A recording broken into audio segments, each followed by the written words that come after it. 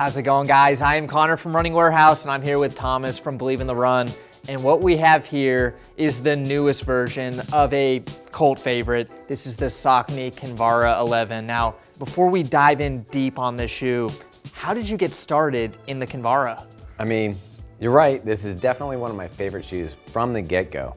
And I actually have been reviewing this since the first version. So Kinvara 1 has been on my feet, and back then it was just called Kinvara. But it was the first shoe that was like a lightweight trainer that could do everything. You could race in it, you could do your daily miles in it. It was just that first versatile, fun to run in, lightweight shoe. I mean, back then everything was like 12 ounces, like minimum. So a stripped down shoe like this, we'll get into the details, it was like a dream. So Thomas, what is gonna make the Kinvara so special? I mean, especially with this version, it's not a huge update from the previous model, which, you know, since we've always been running in every single model since the first one. It's got that lightweight upper, simple design, you know, not a lot of crazy technology going into the shoe other than maybe in the midsole components. And this one's updated with the Power Run Plus topsole and the Power Run EVA midsole. So it really gives it that nice ride, but it doesn't depart too much from the 10's feel. Yeah, you know, I feel like that Power Run, it's pretty similar from the last version, maybe has a little bit more pop at toe off, but overall, if you like the last version, you're probably gonna like the ride of this shoe as well. Yeah, I mean, like I said, the personality stays the same. And even the upper doesn't really change that much. Did you notice anything from the upper that you felt was different from? No, I mean, overall, the fit was pretty in line with the last version. There's small, like little overlay changes, but overall, it's got that more like locked in race day feel. It's adaptable. You know, we don't like to say that this is a narrow shoe because the shoe has a little bit of stretch in the upper, but overall, it's gonna feel fast. Yeah, I think that's a problem. We talk about shoes that are narrow and it turns a lot of people off who have wider feet.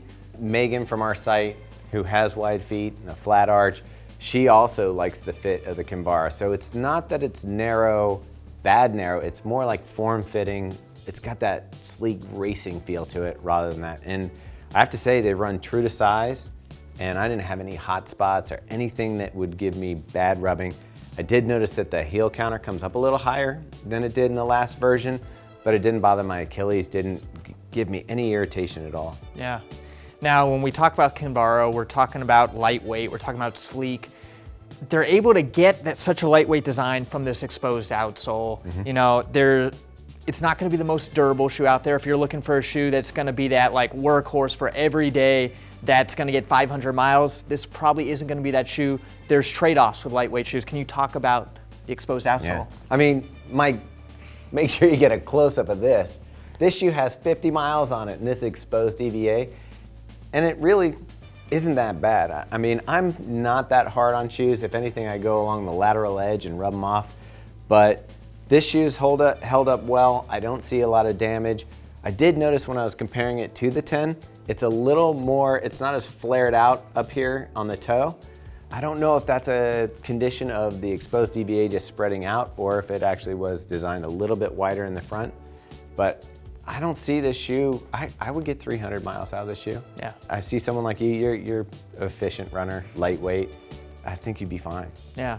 Now, we've got a little bit of strategic rubber in the toe and heel. It's gonna also add a little bit more durability and traction. What did you think about the traction on this shoe?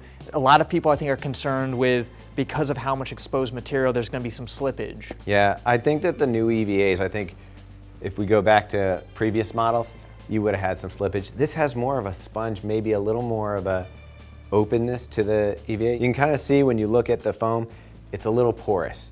So with it being a little porous, I think you get that grip. I've run on wet wood on this, bricks, like wet roads, and I feel confident cornering and going through it. I haven't had any issues. I probably wouldn't feel as confident on like dry gravel and stuff like that because there's just not that bite, but this shoe isn't made for trail running. Yeah. Now, when we look at this shoe, it's lightweight. Last shoe came in at 7.8 ounces for men's size 9. We're now up to 8 ounces, so there was a very, very slight increase in weight.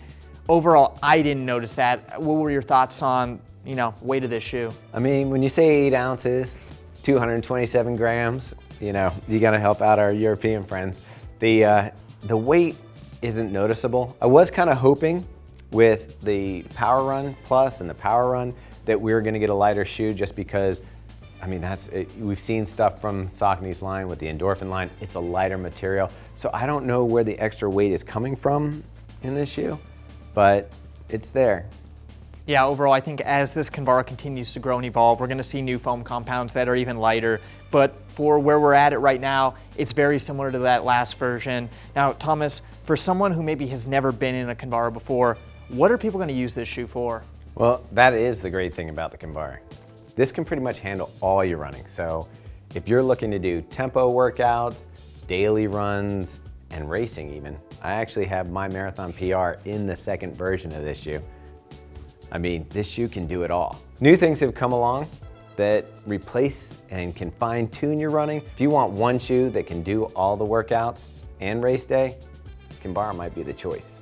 From daily training to tempo runs to even race day, this really is a lightweight, sleek, and versatile shoe that can pretty much do it all, and at an amazing price point. At close to $100, this is really in the range of pretty much any runner. Yeah. You know, if you're looking to get a pair on your feet, it's available now. You can find it at runningwarehouse.com. If you're looking to, maybe get a little bit more in depth in this shoe, head on over to Thomas's channel at Believe in the Run. He's got a full in-depth review as well.